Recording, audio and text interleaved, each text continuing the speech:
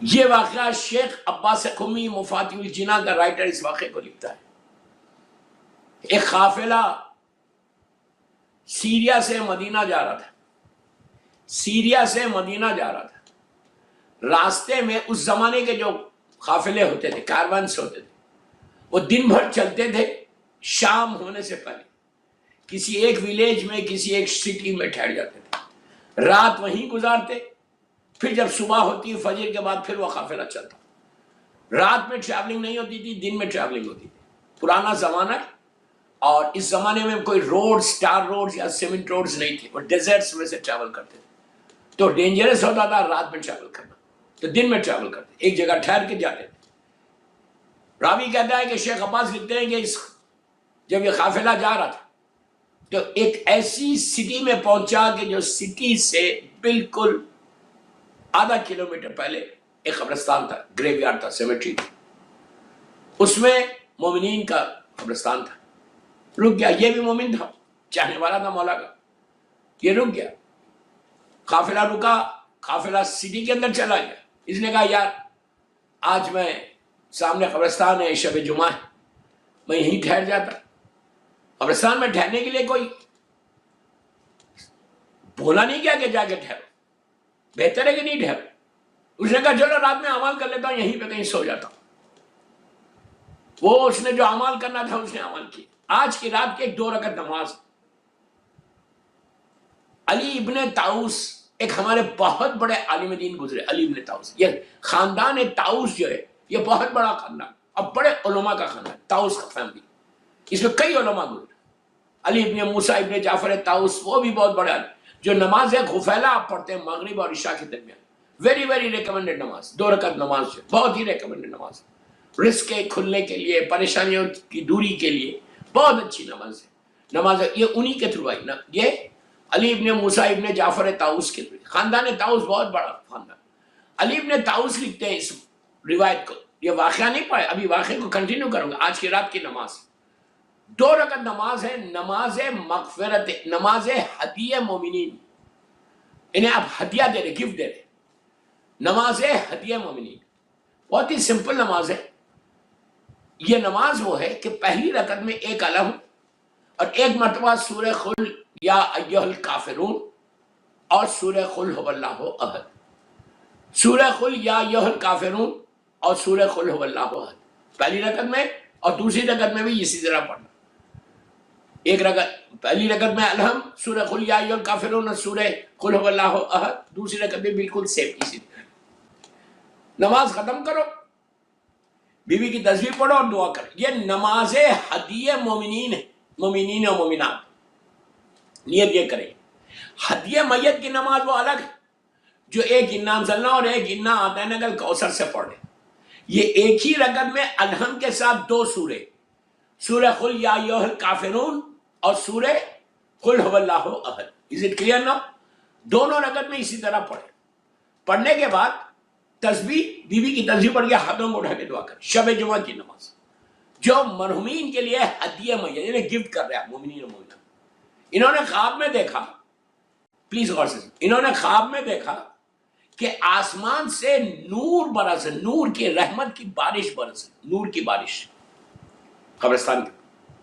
تو انہوں نے کہا ایسی کہ ایسے لگ رہا اللہ کا پورا کرم جو ہے اس قبرستان کا سارا عذاب اٹھ جائے. کہا کہ یہ ہو رہا کیسے، کس کے لیے ہو رہا؟ تو کہا تو نے جو نماز پڑھی، اللہ نے اس نماز کی برکت سے اس رحمت کو نازل کیا، اور اس رحمت کو نازل کرنے سے اس قبرستان 2 رکعت نماز ایک آدمی نے پڑھی. کہا کہ اس کی رحمت کی نازل ہونے سے اس قبرستان کے عذاب کو اللہ نے اٹھا لیا. رحمت کو برس. ایک چیز ذہن میں ہمیشہ رکھو کہ اللہ رحمت نازل کرنے میں کبھی دیری نہیں کرتا. رحمت پہلے نازل کرتا، عذاب میں دیری کرے گا، رحمت میں نہیں کرے گا. یہ اس کا کرم ہے، وہ مرسیفل ہے. تو اس نے یہ کہا کہ لٹرلی نور کی بارش، نور کی بارش. دوستو میں بول رہا، آپ سن رہے ہیں، آپ کو اندازہ ہے کچھ یہ نور کی بارش کیا ہے؟ یہ قبرستان میں نور کیا ہے؟ سب سے زیادہ وہاں جو میت کا پرابلم ہے نا، وہ اندھیرے کا ہے. اندھیرے ڈارکنیس، وحشت، جس کی ہم 2 رکعت نماز پڑھتے، اول شب 2 رکعت وحشت قبر کی جو نماز پڑھتے وہی وحشت، یعنی فیئر، خوف، ڈر۔ اگر انسان صرف آنکھ بند کر کے اپنے بیڈ کے اوپر پورے بیڈ روم کی لائٹس کو آف کر کے صرف لیٹ جائے اپنے پلو کے اوپر اور یہ سوچے کہ یہ اندھیرا، یہ لائٹ میرے ہاتھ میں، ریموٹ میرے ہاتھ میں، 1 سیکنڈ میں ریموٹ دباؤں گا لائٹ آ جائے گی، لیکن وہاں پہ ریموٹ نہیں ہوگا تمہارے پاس، you will be all alone, کچھ نہیں کر سکتے۔ اگر جتنا انسان ہیلپ لیس، یہ لفظ ہیلپ لیس جو ہے وہ وہاں کے لیے آپ کا جتنا آپ کا کنٹرول ہے زمین کے اوپر ہے، کنٹرول پورا کنٹرول زمین کے اوپر ہے، زمین کے نیچے کوئی کنٹرول نہیں آپ کا، کچھ نہیں۔ آپ صرف امیجن کرو کہ گرمی اپنے کمال پہ ہوتی، جب ایئر ٹائٹ کر دیتے آپ گریف کو، یو کے میں بھی ہوئی ہے، سب کانٹیننٹ میں بھی ہوئی، دنیا بھر میں کہیں ذرا سے باہر سے اوپر سے ذری سی بھی لائٹ کا کوئی چانس نہیں چھوڑتے، ٹوٹل ایئر ٹائٹ کر دیں گے۔ اور ہم جب کرتے ہیں تو یہ احساس بھی نہیں ہوتا کہ میں اپنے باپ کو ایسے لٹا رہا، ماں کو ایسے لٹا رہا، مجھے بھی ایسے لٹنا ہے۔ اتنی گرمی اتنا کہ تصور نہیں کر سکتے آپ، انسان پاگل ہو جائے۔ اسی لیے کہا کہ وحشت کی نماز پڑھو۔ کبھی آپ نے سنا لندن میں کہ کبھی آپ کے پاس کوئی میسج آیا کہ آج فلاں مومن کا انتقال ہو گیا، آپ راحت کی، رحمت کی نماز پڑھو۔ ہمیشہ یہ کہا کہ نماز وحشت، نماز وحشت پڑھو۔ کیوں پڑھو وحشت؟ کہ تمہارا باپ وحشت میں ہے، اگر تم نہیں بھیجو گے، کچھ تحفہ نہیں بھیجو گے، وہ نیچے سے پکارے گا لیکن اس کی آواز اوپر نہیں آئے گی۔ جب بیٹا لہت کو بند کرتا ہے تو تھوڑی تھوڑی آواز نیچے سے بے باپ پکارتا ہے کہ او مائی سن ڈونٹ لیو می الون آئی کی ناٹ لیو اوور ہیئر، لیکن تمہاری آواز اس کے کان تک نہیں آتی، اس کے لیے یہ ایصال ثواب ہے۔ تو کہا کہ نور کی بارش، نور کی وہ روشنی پہنچی نیچے، ان کی وحشت دور ہوئی، رحمت آ گئی۔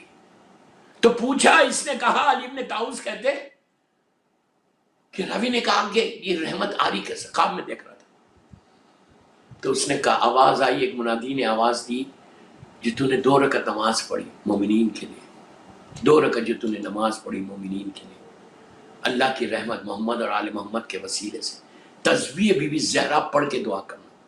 میری شہزادی کی تسبیح پڑھ کے جب دعا کرتا ہے انسان کہ اللہ اس تسبیح بی بی زہرا کا واسطہ، اب بی بی زہرا کا نام، شہزادی کا یہ نام لینا، تسبیح بی بی زہرا کا واسطہ پروردگار تو اس لحد میں نور کو بھیج دے سارے قبرستان میں۔ شب جمعہ ہے، تھرسڈے نائٹ ہے۔ تو وہ کہتا ہے کہ اس کے بعد اللہ کے رسول کی، اس نے کہا کہ یہ اللہ کے رسول کا کرم ہے، رحمت للعالمین، کہ جس کی وجہ سے، اس نماز کی وجہ سے اس کے بعد کہتے ہیں کہ اللہ، اس کو منادی نے کہا تو یہ نماز پڑھا، اللہ تجھے جنت میں وہ سٹیٹس عطا کرے گا، وہ مقام عطا کرے گا کہ تو نے دوسروں کی فکر کی، کہ دوسروں کی فکر کی، تو نے دوسروں کے لیے یہ نماز پڑھی، جس کی وجہ سے پروردگار نے تیرے سٹیٹس کو بڑھا دیا، اور یہ ساری نمازیں محفوظ ہو جاتی ہے ہمارے لیے جو ہم کر رہے ہیں عیسیٰ علیہ السلام۔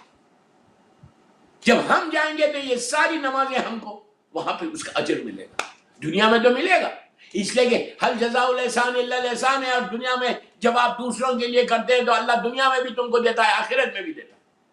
اسلام کا مین تھیم یہی کہ اپنے لیے زندہ مت رہو، دوسروں کے لیے کرو، جب تک وہ زندہ ہے، زندہ لوگوں کے لیے جو کر رہے وہ کرو، اس کے بعد مرحومین کے لیے ایٹ لیسٹ ہفتے میں ایک دن، یار ایک دن مانگ رہا میں، one night, only one night مانگ رہا، یہ ایک دن کرنا، یہ دن اتنا، یہ رات اتنی امپورٹنٹ رات ابھی لندن میں شروع ہوئی، 5 بجے شروع ہو گئی ہے، لانگ نائٹس چل رہے آپ کے، 5 منٹ کا میں آج ہوم ورک دے رہا کہ مجلس کے بعد یہ 2 رکعت نماز پڑھو، نماز پڑھ کے بی بی کی تسبیح پڑھ کے دعا کرو کہ پروردگار پوری دنیا میں، پوری دنیا نماز کا ہے کہ نماز ہدیہ نماز مغفرت ہدیہ میت شب جمعہ مومنین و مومنات کے لیے۔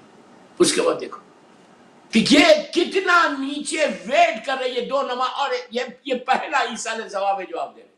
اب میں واقعے کی طرف پھر پلٹ کے جاتا، اس شخص نے نمازیں پڑھی، آج کی رات کی ہدیہ میت کی نماز پڑھی، زیارت امام حسین پڑھی سارے قبرستان کے مرحومین کے لیے، اور کہا پروردگار میں ان کے بہاف میں پڑھا۔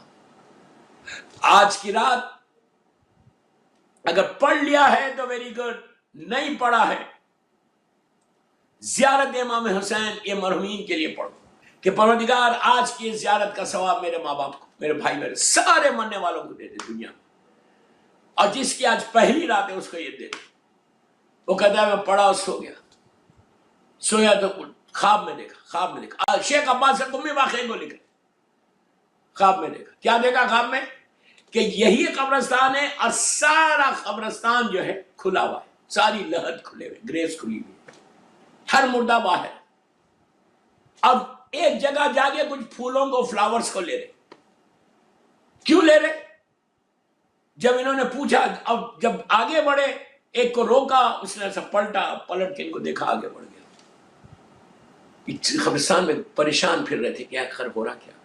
اب جو دیکھا کہ ایک گریو کے پاس ایک مردہ کھڑا ہوا ہے کفن میں، وہ جا کے وہاں پہ ڈھونڈتا نہیں ہے، اور کہتا ہے کہ جو جاتے ایک جگہ پورے فلاورز ہیں، ایک ایک فلاور کو دیکھتے، اس کے بعد ایک فلاور کو اٹھاتے، اپنے کفن میں رکھتے، بڑے مسکراتے، آسمان کی طرف دیکھتے، خوش ہوتے، واپس اپنی گریو میں آ جاتے۔ انہوں نے پوچھا یہ لوگ کیا کر رہے ہیں؟ تو کہا تجھے معلوم نہیں ہے شب جمعہ ہے، ان کے رشتہ داروں نے ان کے لیے ایصال ثواب کیا ہے، ان کے لیے تحفہ بھیجا ہے۔ اب کون سا تحفہ، کیا تحفہ؟ 1000 تحفے۔ مثال کے طور پہ سورہ ملک پڑھ کے کوئی بھیجے، مثال کے طور پہ سورہ یاسین پڑھ کے کوئی بھیجے، مثال کے طور پہ 100 مرتبہ صلوات، 18 مرتبہ صلوات پڑھا کہ اللہم بسم اللہ الرحمن الرحیم اللہم صلی علی محمد وآل محمد باجر، اور وہ بھیجا۔ ہر وجہ کا ایصال ثواب۔ کسی یتیم کے لیے آپ نے ایک روٹی بھیج دی، کسی غریب کا آپ نے آج خیال رکھ دیا، یہ سارے ایصال ثواب ایک طرف، اور کسی نے اپنے مرحومین کے لیے مجلس حسین کر دی، اس کا ثواب تو کچھ اور ہی، کوئی اور ہی ثواب ہے۔ تو کر دیا تو وہ وہاں سے لیتے ہیں، کتنی ان کے عذاب، کتنی ان کی تکلیفیں جو ان پہ نازل ہوئی۔ دوستوں میں نہیں بولنا چاہتا کہ ایسی تکلیفیں کہ آپ تصور نہیں کر سکتے۔ مثال کے طور پہ آپ نے کسی کو تکلیف دی، زبان سے اذیتیں دیتے رہے، پوری زندگی زبان تیز چلائی، اور تیز چلا کے اس کو کچھ بول دیا، اس کو کچھ بول دیا، اس کو کچھ بول دیا، اس کو کچھ بول دیا۔ یہ وہ گناہ ہے کہ پہلی رات کا فشار قبر اور آگ کا عذاب اسی کے لیے ہوتا، آگ کا جو عذاب ہے وہ اسی کے لیے کہ زبان سے تم نے کسی کو ہرٹ کر دیا۔ اور ہم کتنی آسانی سے کر دیتے، اپنی بیوی کو بول دیا، اپنے غریب رشتہ دار کو بول دیا، اپنے بھائی کو بول دیا۔ سب سے زیادہ جو احساس ہونا نا، زبان کو کنٹرول کرو، کہ آپ بار بار رمضان کی راتوں میں نے بولا ہے، بار بار آپ یہ دعا کر رہے ہیں، دعائے مجیر میں بھی آپ یہ دعا کر رہے ہیں کہ اللہ تو آگ سے بچا لے، آگ سے بچا لے۔ اور یہ معصومین کی دعا ہے، کسی اور کی دعا نہیں ہے۔ ہم کو پتا نہیں کہ ہمارے رشتہ دار کتنی آگ میں پڑے ہوئے، یہ ذہن سے نکال دو کہ آگ کا عذاب نہیں، یہ نکال دو ذہن سے۔ میں I'm very clear in my message۔ جو غفلت میں ہونا، جو اگنورنس میں ہونا کہ مجھے کیا ہوگا اگر تو ہم کسی کا مال کھائیں گے، کسی کی چغلی کریں گے، بیک بائٹنگ کریں گے، کسی پہ ایلیگیشنز لگائیں گے، جو ایک کامن بیماری ہے ہمارے معاشرے کی، ہماری سوسائٹی کی۔ آپ اس کو ایکسپٹ، اس لیے کہ یہ باتیں کو ایکسپٹ نہیں کرتے، آپ اس کو ایکسپٹ کرو، اس کو ایکسپٹ نہیں کرو، ڈزنٹ میک اینی ڈفرنس، اس لیے کہ یہ آپ کے ایکسپٹ کرنے سے عذاب نہیں رکنے والا، جو ہم لوگوں کو تکلیف دے رہے۔ مثال کے طور پہ آپ کسی کے بارے میں کچھ بول دیں، اگر کسی کو مثال کے طور پہ کوئی مولا عزت دے، اب آپ بیٹھ کے اس کے خلاف بول رہے ہیں، 4 لوگوں میں بیٹھ کے بتا رہے ہیں وہ تو ایسا ہے، تمہارے بولنے سے کیا ہوا؟ تم یہ سمجھے کہ تمہارے بولنے سے اس کی عزت چلی گئی؟ اس کی عزت نہیں جاتی، عزت کا دینے والا اللہ۔ کبھی یہ جو حسد کی بیماری ہے نا، یہ سب سے زیادہ نیچے پرابلم کرے گی، آگ کے عذاب میں یہ بہت بڑا میجر رول پلے کرے گا کہ یہ بیماریوں سے بچاؤ۔ اور یہ عذاب ہے نہیں ہے تو قرآن میں اس کا ذکر نہیں ہوتا، قرآن مجید میں اللہ نے کتنی مرتبہ بولا؟ جوشن کبیر میں 200 مرتبہ آپ دعا مانگ رہے، خلصنا من النار یا رب، خلصنا من النار یا رب. کیا ہے یہ یوں ہی بول رہے آپ؟ اتنی بڑی رات، وما ادراک ما لیلۃ القدر والی رات میں مسلسل آپ کی زبان پہ یہ جملہ رہتا، خلصنا من النار، کہ اللہ تو آگ کے عذاب سے بچا لے. آپ کیا سمجھ؟ یہ وہ عذاب ہے کہ جو مسلسل تکلیف دے گا، اس کے لیے یہ نماز رکھی گئی، اس کے لیے ایصال ثواب رکھا گیا، اس کے لیے یہ مسئلہ کربلا کی ذکر حسین رکھا گیا. اگر تم یہ کرتے رہو گے تو اللہ تمہارے عذاب میں کمی کرے گا. دوستو، وہاں کا عذاب ایک دن، ایک گھنٹہ ہے، یا ایک دن، 2 دن، 3 دن، 4 دن کے لیے نہیں. کب سے ہم کو معلوم ہے؟ 100 سال، 1000 سال، ہزاروں سال اس تکلیف میں رہیں گے، اور کوئی کانٹیکٹ نہیں ہے، کہیں سے کوئی چانس نہیں ہے کہ ان کا عذاب رکے. کیسا رکے گا؟ اسی وقت رکے گا جب ان کا بیٹا یا بیٹی کو ایصال ثواب کرتے رہے. دعا کمیل میں آگ کا ذکر نہیں ہے. پلیز اپنی آنکھوں کو کھولو، بیدار ہو بابا، بیدار ہو. اس کے لیے یہ ایصال ثواب رکھی گئی. اگر تم یہ چاہتے کہ تمہارے والدین، تمہارے رشتہ دار بچ جائیں، تم یہ چاہتے کہ تمہارا عذاب رکے، ہمارا عذاب ہمارے اوپر رک جائے، تو بہترین عمل جو ہے وہ ایصال ثواب.